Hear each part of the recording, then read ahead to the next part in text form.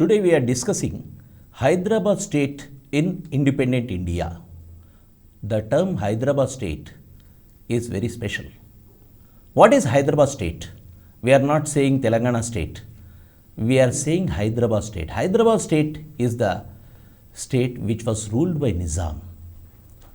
Hyderabad state is part of the Nizam's dominion, which became part of the Indian Union when in 1947, August 15th, India became independent. Hyderabad was not part of the independent India.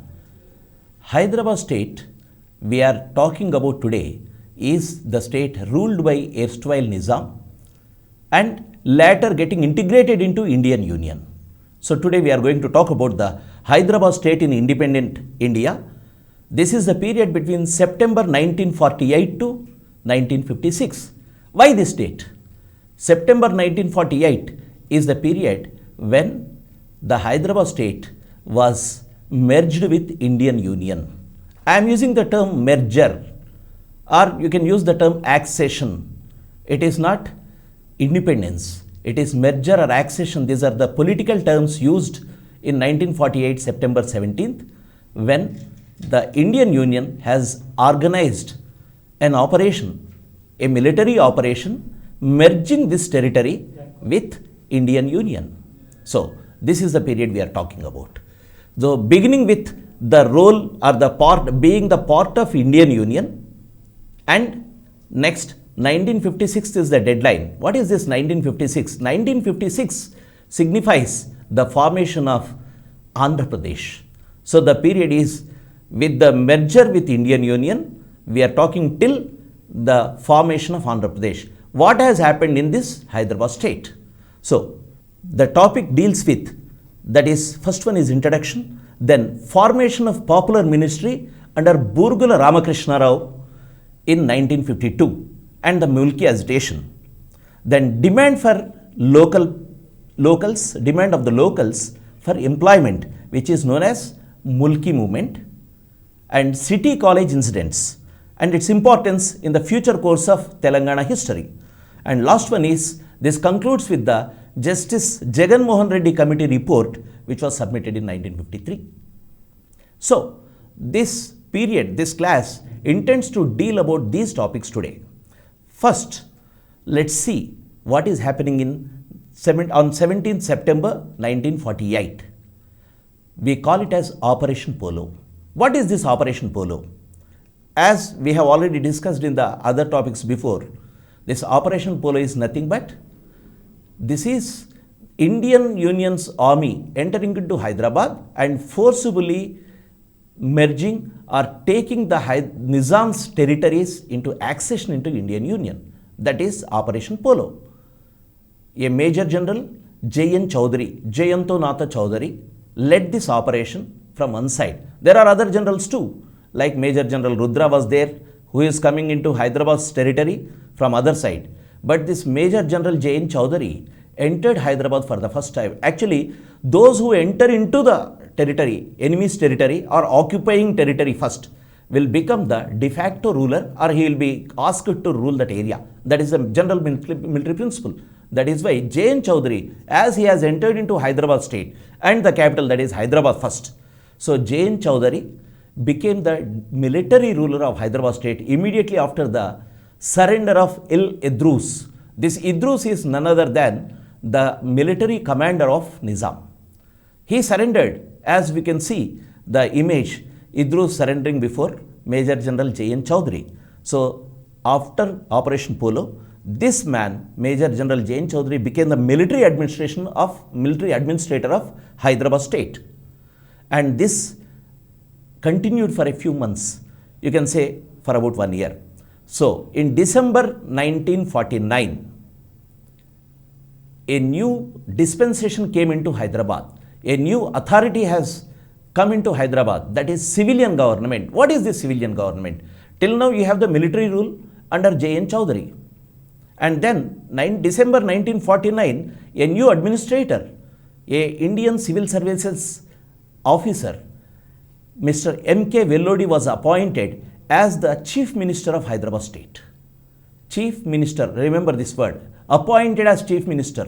We are not saying the elected chief minister. Elected chief minister will be through elections only. He was appointed as the chief minister of Hyderabad state. Why he has to be appointed? Why the transition from the military government to civilian government? This is very interesting. What has happened? Many of the books, actually, we could not give such materials. We could not get the materials before.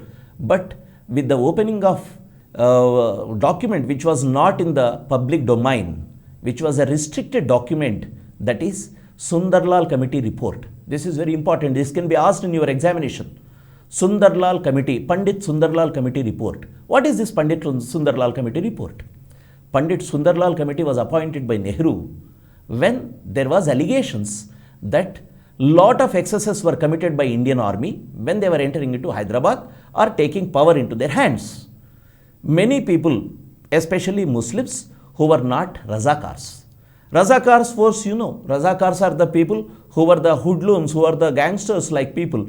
That is, what you call, it is not a military force, but they were under the Nizam's control, but at the same time they were creating panic in the entire Telangana. This Razakar force is a different story. But Muslims, all Muslims are not Razakars. Not all Razakars are Muslims. This is another point we should remember or we should recollect. Many people, many landlords, though Hindu landlords, they were aligned with Razakars. Though Razakar movement having a base of a Islamic resurgence in that sense, it is not just a Muslim force. It is a feudal force. This Razakar force was completely subjugated by Indian army, no doubt. But at the same time, thousands of innocent Muslims were killed en route by Indian army. This was the allegation. And this allegation was countered. To counter this allegation was countered in the parliament by some people.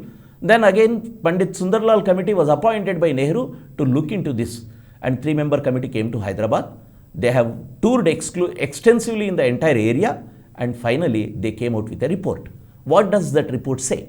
That report said, yes, it's true. There were many excesses. Excesses means it is not in hundreds. It is in thousands. He is giving around 25 to 30,000 casualties or deaths because of these excesses. Non-Razakar Muslims were targeted by Indian army. This was the saying.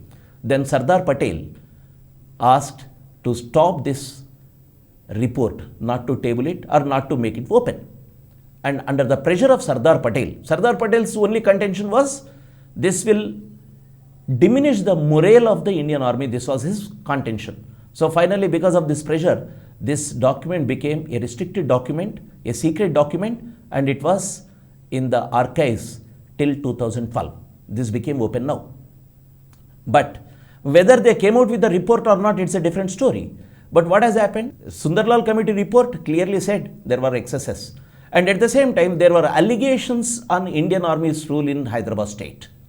Because already this is a very, very tumultuous situation. It is simmering situation in Hyderabad state. One dispensation has gone, one rule has gone, Nizam has gone, and people were completely to change themselves to the other rule, Indian Union's rule. In this period, there were a lot of problems, and Indian army was in the middle of the storm. So, the excesses were discussed in the parliament also. These are all the recordings we have in the parliamentary proceedings. So finally, what has happened? Because of these allegations and debates, the military rule was replaced by a civilian government under Mr. M.K. Vellodi, an ICS officer. His rule started from 26 January 1950 till March 1952. March 1952 is the date when the next government is coming, that is Burgula Ramakrishna Rao's elected government will come. So, what has happened with Nizam? Now, a civilian government has come into existence in 1950 from 26 January. At the same time, another change is also happening in the political scenario. Till now, Nizam was the ruler. Nizam was the king. Nizam was everything. Now, it is not that. Now, this part is part of the Indian Union, and Nizam was offered a new post, that is Raj Pramukh. Raj Pramukh, you can equate with the governor of today, but this Raj Pramukh post was offered to him, and he took the oath on 26 January as the Raj Pramukh. So, very interesting thing happened. After the accession of Telangana into Indian Union, two things changed. One thing is the rule has changed, no doubt. But many of the officials of Nizam were imprisoned or kept in the house arrest, under house arrest, and but only Nizam was spared. Nizam was spared and he became the Raj Pramukh. Why he has become Nizam Raj Pramukh? It is again a different story because it deals with the Indian Union's policy with the princely states. Because I am talking about this because many will have a question. Idrus surrendered and he was arrested. His Prime Minister Layak Ali was arrested and many other officials were imprisoned or thrown away. But Nizam is still there as the Raj Pramukh. Why it has happened? This is purely because of the policy of the Indian Union to deal with the princely states, to merge them into an Indian Union in a better way. Then, what is the extent of Hyderabad state during this period? Nizam's territory, if we just quickly go back to the previous periods, lots of things we talked about in Qutub Shahi or Asaf Zahi period. Finally, when it came to 1948, the areas under Nizam's rule, when it was acceded to India, you have these territories. First, 9 Telugu districts of Telangana. Why we are calling 9 Telugu districts? 10 Telugu districts were there till recently. Now it is 31. We call 9 because when these things were talked about, it was 9 districts. 9 districts of Telangana, 4 districts of Karnataka of present day, and 4 Marathi districts in Aurangabad division. So, 4 in Maharashtra gone, later 1956, 4 into Karnataka. So, what has happened? The remaining 9 Telangana districts, what we call today as Telangana, the Telugu speaking areas were the part of Hyderabad state. What are the districts? You can see there were 16 districts. Altogether, all these districts were grouped into 16 districts and all these 14 were placed into 4 divisions. One division, Aurangabad division. That is Aurangabad, Beed, Nanded and Parbhani. These are all part of Maharashtra. Then Gulbarga division, Bidar, Gulbarga, Usmanabad and Raichur. This is part of Karnataka. Forget these two. For your examination, these two things, you have to remember that there are 4 divisions. That is Aurangabad plus Gulbarga. You need not worry about the districts. But come to our Telangana state of present day and the parts of Telangana in those days. There are 2 divisions, 2 more divisions. First is Aurangabad, second is Gulbarga, third is Gulshanabad. What is Gulshanabad? Today we call it as Medak. Medak division was known as Gulshanabad division. What are they? What districts were there in Gulshanabad division? Atraf-e-Balda. Atraf-e-Balda. Atraf-e-Balda means proper Hyderabad. Next, Mahbub Nagar district, Medak district, Nalgonda district and Nizamabad district. Leave this Nizamabad district. All the areas what we call today as South Telangana are into Medak division. Then remaining North Telangana part were under Warangal division. So the 4th division is Warangal division. What is the Warangal division? Adilabad, Karimnagar, Warangal. These 3 districts are part of Warangal division. Then what about Khammam? Khammam was part of Warangal in those days. So North Telangana was part of, mostly, you can say broadly, North Telangana districts of today were part of Warangal district. Remaining left is Nizamabad.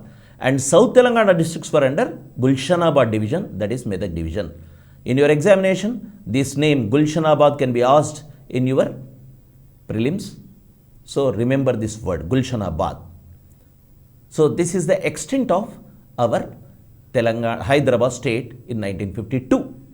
Then comes the first general election in 1952. Our Indian Constitution came into existence in 1950, 26 January, you know. Then comes this first general election happening in the state, that is Hyderabad state, and 1952 has given the first elected chief minister to Hyderabad state, that is Burgula Ramakrishna Rao. Burgula Ramakrishna Rao, born in Telangana, educated, went up to Princeton College, Mumbai and everywhere. He studied law and he was a practicing lawyer and a congressman. Burgula Ramakrishna Rao's history we have studied in Telangana history long ago, in other topics also. Burgula Ramakrishna Rao, very important and an active person in all the cultural, social and political activities of Hyderabad state starting from 1930s. We can see Hyderabad, Nizam Rashtra, Andhra Janasangam and all those periods. Next comes this Burgula Ramakrishna Rao's names everywhere. So, a socio-cultural plus political activist, Burgula Ramakrishna Rao, a leader in the Congress, became the first elected president of Hyderabad state in 1952. He took oath on 6th March 1952 and remained in power till October 56. To sum up some generalizations about Burgula Ramakrishna Rao's period, tenure, we'll have other topics. But to understand Burgula Ramakrishna Rao, he has taken very gloriously the power in the Hyderabad state. He led the Hyderabad state into an independent Hyderabad state, not a feudal Hyderabad state like Nizam. That is a very credible aspect. But very unfortunately, when he was resigned, when he was resigning, unfortunately what is happening? He has to leave and make way for a new territorial identity known as Andhra Pradesh. So, the only chief minister of Hyderabad state in independent India is Burgula Ramakrishna Rao. He has to accept the merger of Hyderabad state with Andhra state to form Andhra Pradesh. This was the beginnings and end of it. We'll be talking about Burgula Ramakrishna Rao's position in the next chapter when we talk about the formation of Andhra Pradesh and different aspects happening in between. Then we'll talk about it. Now, Burgula Ramakrishna Rao had 8 members in his ministry. As we can see, Digambar Rao Bindu, a stalwart, Home, K.V. Rangareddy, Excise and Forests, Vinayak Rao Vidyalankar, Commerce and Industries, G.S. Melkote, Finance and Statistics, Mehdi Nawaz Jeng, Public Health and Public Works, Marri Channareddy, Agriculture and Planning, Anna Rao Gnanamukhi, Rural Reconstruction and Education, Shankar Dev, Social Welfare. Among these names, we have a few names which we will be talking about in the next chapters also. So, I will be mentioning about them now. One is K.V. Rangareddy, remember about this leader. K.V. Rangareddy, on whose name we have a district too. K.V. Rangareddy was a grand old man who has contributed to the identity of Telangana starting from 1930s till his death. Then G.S. Melkote was one of the person who was actively involved in Hyderabad city also as a social activist plus a political activist. And Marri Channareddy, as we know him, he was the leader, he was the cabinet minister in Burgula Ramakrishna Rao ministry. Later, he became chief minister, he became governor, he has taken up many posts. He became chief minister of Andhra Pradesh twice in different periods. Then, these are the important people. These 8 members were in the cabinet of Burgula Ramakrishna Rao. We have to talk about the achievement of Burgula government. What are the achievements? Before talking about the achievements, we should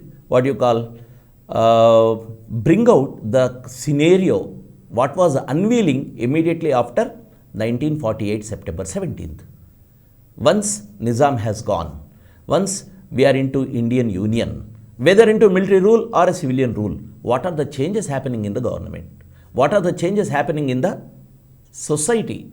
What are the changes happening in the people's psyche? This is very important because Hyderabad state is very interesting because it has undergone lots of changes very fast. It was part of Nizam, became independent state. It was opposing, again became part of Andhra Pradesh. Even after becoming part of Andhra Pradesh, again it was fighting for its identity.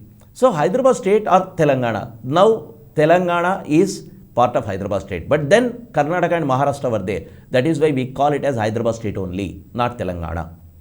Telangana is part of Hyderabad state. So here, the conditions which were present during this period are very, very interesting. What was the condition? Just I am trying to unveil the aspects what is happening. One thing, in economic side or rural agricultural scenario, we talk about the feudal system. Nizam is a feudal, he is a king. Under him, you have paigas, that is nobles. You have zamindars, you have big landlords. Under him, you have many people who are completely ruling the rural scenario. They are the people who are really dictating terms in rural society. Now, at this juncture, we should remember 1948 September 17, we are having another context too. What is the another context? I am trying to explain the scenario so that we can understand what government of Burgula could achieve or could not achieve. The other scenario is there are other contending forces, that is Telangana armed struggle forces under the leadership of CPI, who were fighting the landlords. They were fighting the Razakars, they were fighting the landlords who are led by Nizam. Nizam is the pinnacle. Nizam is at the top of the pyramid, and below you have the Paigas, nobles and royals. Then you have the Zamindars and landlords. So this entire economic system, this feudal pyramid, at the top is Nizam. So communists were fighting Nizam. At the same time, Razakars were also there in the ground. They were fighting Razakars. And they were fighting the landlords supported by this feudal system. So 17 September 1948, there were third force known as communists in the area. One is Nizam, second is Indian Union, the third force is communists. In this juncture, what is happening? Military government is coming, and its military government, wherever there is a military government, its first priority is law and order. They have to fight for law and order, they have to restore law and order. Then only you can talk about the civil administration and other things. So it has happened in the initial years.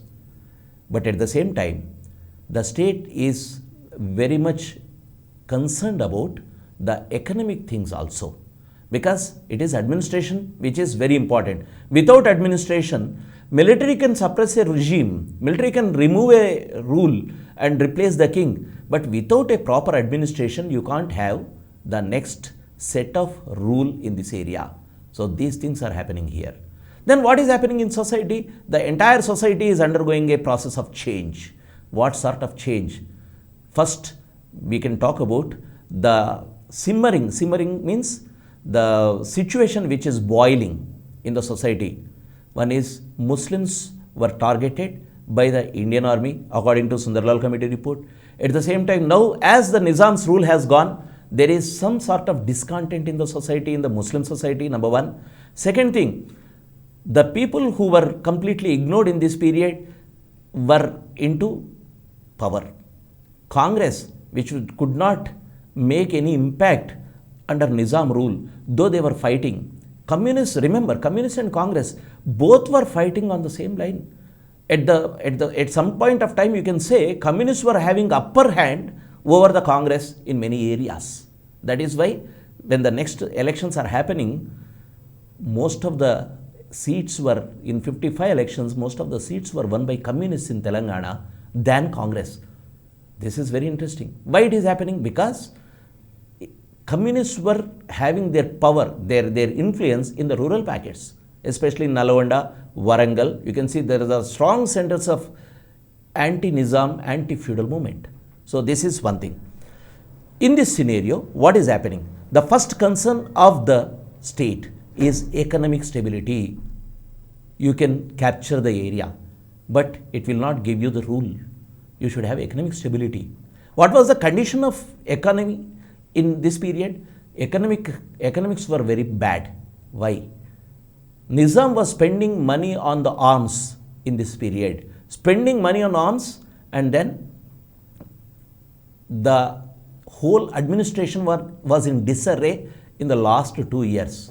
In this background, the condition of Hyderabad state, economic condition was bad. Very interestingly, this economic condition becoming bad is happening after a long time. After the Salarjung reforms, as we have studied before, Salarjung reforms gave Hyderabad economic stability by 1880. And after 1880, by 1920s or 30s, the ruler of Hyderabad has become so rich. Nizam was the richest man in the world. So that economic stability has gone back. Now that economic stability has to be brought back. This is first concern. Second concern is abolition of Jagirdari system. Abolition of Jagirdari system will definitely ease the rule, because Jagirdars, landlords, all these people were the real power structures in the rural scenario. If you don't remove these structures, if you don't remove this system, what will happen? The entire society will collapse. Because the same feudal system will be there, but people are in independent India. It will not suit the new democracy. So that is why the next abolition of Jagirdari system is the another achievement. Third one is land reforms. We'll talk in detail about the land reforms in the next few minutes. And land reforms are the important thing. And very interestingly, Hyderabad state has brought in land reforms in 1949 to 1952, which are progressive, which gave some results. Not completely, it has changed the production relations in the village side, but at least it could change to some extent. And next point is countering communists. Burgula Ramakrishna Rao has another task, that is communists, because Communist Party, as just now I said, Communist Party was so powerful. In the rural scenario, in the rural landscape, they had a lot of influence. All this influence was very important to stabilize the government. Otherwise, because by 1952, when Burgula has taken over the power, by this time they have gone back. Means the Telangana armed struggle was on a setback. They are not fighting in the villages, but still they did not completely give up arms. So what has happened? Countering the influence of communists is the next task of Burgula government. Then Mulki rule. This is the soul of your Telangana issue. Always we fought for the employment, and Mulki, Gair Mulki are the terms, mantras we always had in our discourse. Mulki rule, Burgula came to power. Within a few months, he has to encounter a new situation where Mulki movement has started. So this is the next point. And last is creation of trust and confidence in law and order. Definitely, this is the essence of all these things. Burgula government has to counter all these issues, economy on the economic front, on political front, and the law and order front. So we will see what are the achievements Burgula government has done